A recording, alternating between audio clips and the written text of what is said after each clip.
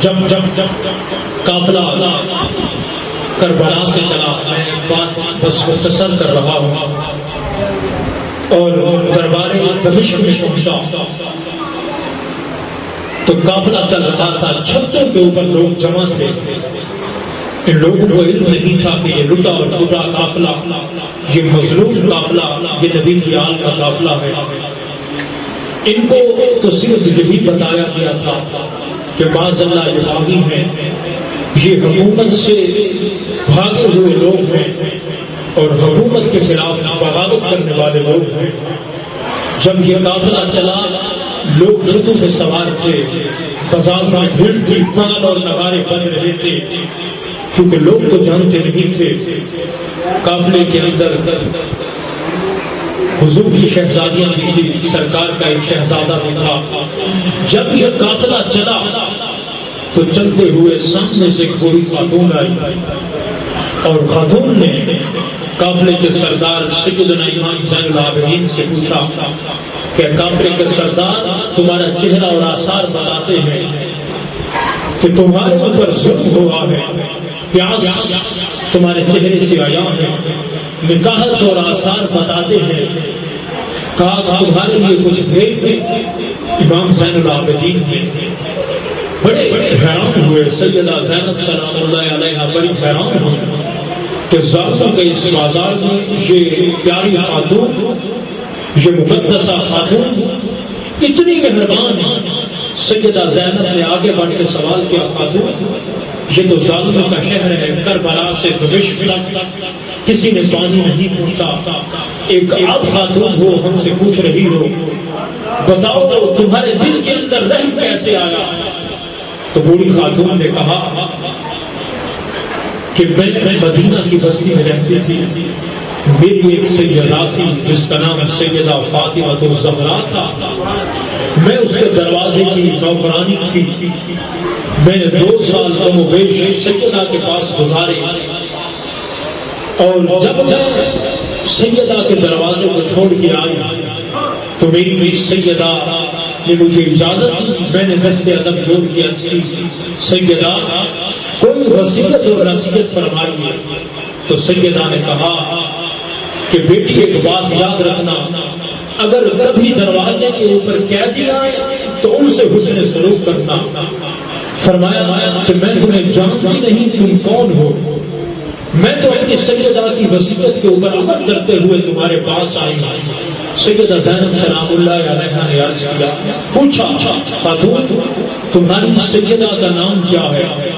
کہا میری سیدہ کا نام سیدہ فاطمہ الزہرا ہے۔ اپنی ماں کا نام جب اجنبی شہر میں خاتون کے لبوں کے اوپر سنا تو دل کو سوارا ہوا، پوچھنے لگی کہ کیا آپ کی سیدہ کی کوئی نشانی بھی آپ کو یاد ہے؟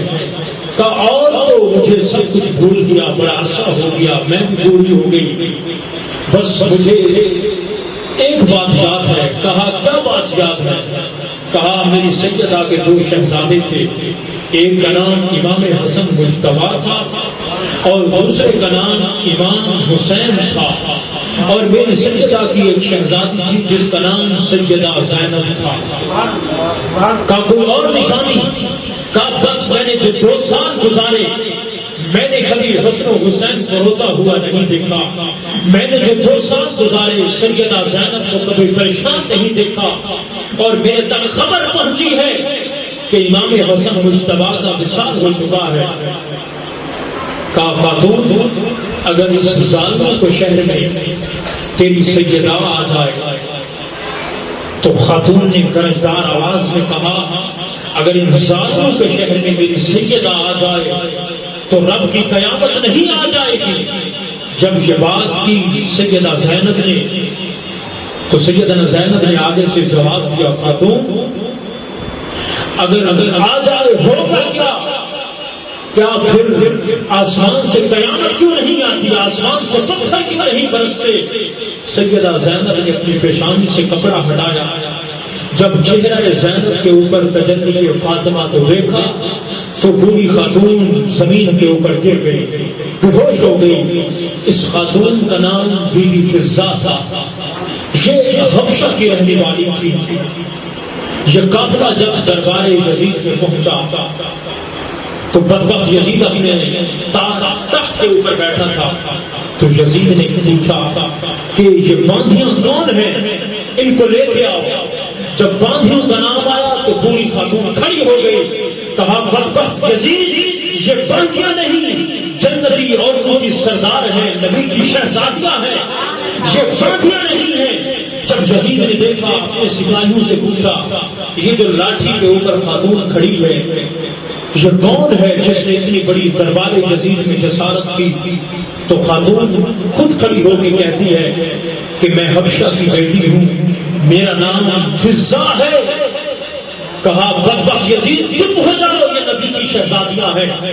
یزید نے اپنے فوجیوں سے کہا کہ اس بوڑھی کا فوراً سر قلم کر دیا جائے.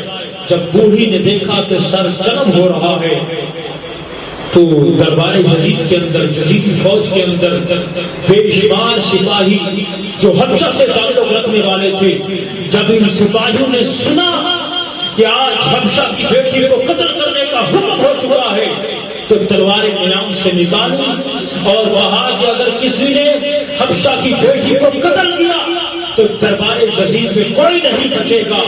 جب حبشہ کے سپاہیوں نے تلواریں نیام سے نکالی تو سیدہ زینب نے رخ مدینے کی طرف کیا اور سرکار کی بارگاہ میں عرض کی نانا جان, آج حبشہ کی ایک بیٹی کی خاطر ہزاروں تلواریں میدان میں آ گئی, مر تیرے نبی کی آل کی خاطر ایک تلوار بھی میدان میں نہیں آئی. یہ نبی کا گھرانہ تھا. امام زین العابدین جب تک زندہ رہے آپ مسکرائے نہیں. ایک دن آپ کے بیٹے امام باقر نے آپ سے سوال کیا, ابا جان میں معصوم تھا, میں نے آپ کی آنکھوں میں آنسو دیکھے, میں نے کچھ چلنا شروع کیا تو آنکھوں کی جگہ پہ آنسو تھے. بابا جان میں نے ہوش سنبھالا تو آنسو کے بجائے, خون کے بجائے اب آنکھیں سرخ ہو گئی, اب تو کچھ محسوس ہی نہیں ہوتا. بابا اگر اجازت دے میں کسی حکیم کو بلا کے لے کے آؤں. امام زین العابدین نے اپنے بیٹے امام باقر سے فرمایا بیٹا باقر یہ حکیموں کے بس کی بات نہیں, تو میرا بیٹا ہے, میں تجھے اجازت دیتا ہوں کہ جاؤ اور حکیم کو بلا کے لے کے آؤ. حکیم آ گیا. امام زین العابدین کو چیک کیا, نفس چیک کی, کیفیت دیکھی, کہا سب کچھ ٹھیک ہے. سمجھ گیا کہ امام زین العابدین کو کوئی دل کی بیماری ہے, کوئی غم لگا ہے. عرض کیجیے سید سجاد امام زین العابدین آپ ایسا کریں کہ جب صبح ہوتی ہے آپ نہر کی طرف چلے کریں, جب نہر کی ہوا ٹھنڈی چلے گی, بادیں نصیب ہوگی, آپ کی طبیعت کو سکون آئے گا, طبیعت میں قرار آئے گا, ہم بھول جائیں گے. امام زین العابدین اٹھے اور حکیم کے منہ کے اوپر ہاتھ رکھ دیا. کہا حکیم بتاؤ میرا غم بڑھانے آئے ہو یا مرض مٹانے آئے ہو؟ حکیم نے عرض کی حضور میں نے تو صرف نہر کا نام لیا. فرمایا جب تو نہر کا نام لیتا ہے مجھے نہر فرات یاد آ جاتی ہے, جہاں پہ دنیا کے کتنے تو پانی پیتے تھے مگر نبی کی آل کے اوپر پانی بند تھا. حکیم نے جب بات سنی فوراً بات کو بدلا. عرض کی حضور پھر آپ ایسے کیا کریں کہ آپ بازار چلے جایا کریں, لوگوں سے گفتگو کریں گے, آپ کی طبیعت بحال ہو جائے گی. جب حکیم نے بات کی آپ کی تھاٹ نکل گئی, رونا شروع کر دیا. فرمایا بہت بڑے ظالم ہو. حکیم نے عرض کی حضور میں نے جو بازار کا نام لیا, کہا جب تم بازار کا نام لیتے ہو مجھے شام کے بازار یاد آ جاتے ہیں جہاں پہ نبی کی آل کے اوپر ظلم ہوا. تو دوستو یہ بڑی بڑی داستان ہے, بات کو ضرور مکمل کیا جاتا, وقت بہت زیادہ ہو چکا ہے.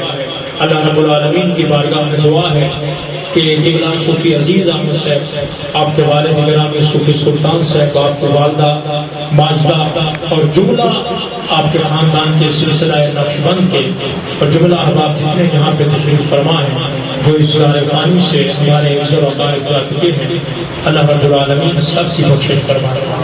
اللہ ان کے بیٹوں کے اوپر اپنا فضل فرمائے, ان کی جمیل مصیبتیں اور معذوریاں دور فرمائے.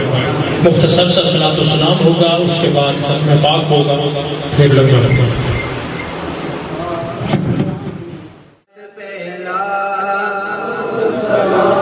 آسیو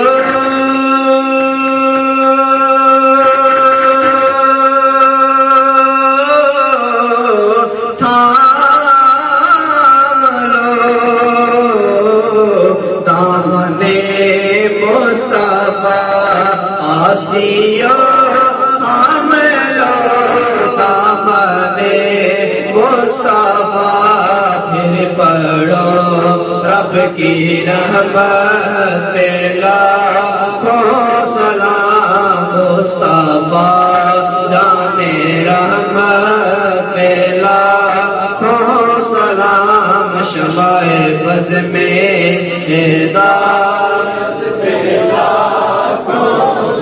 یا رسول اللہ تیرے در کی فضاؤں کو سلام گنبد خضرا کی ٹھنڈی ٹھنڈی چھاؤں کو سلام اور جو مدینے کے گلی کوچوں میں دیتے ہیں صدا صدا صدا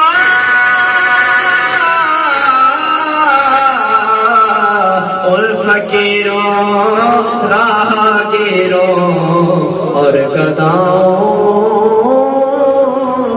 کو سلام اللہ اللہ اللہ اللہ اللہ اللہ اللہ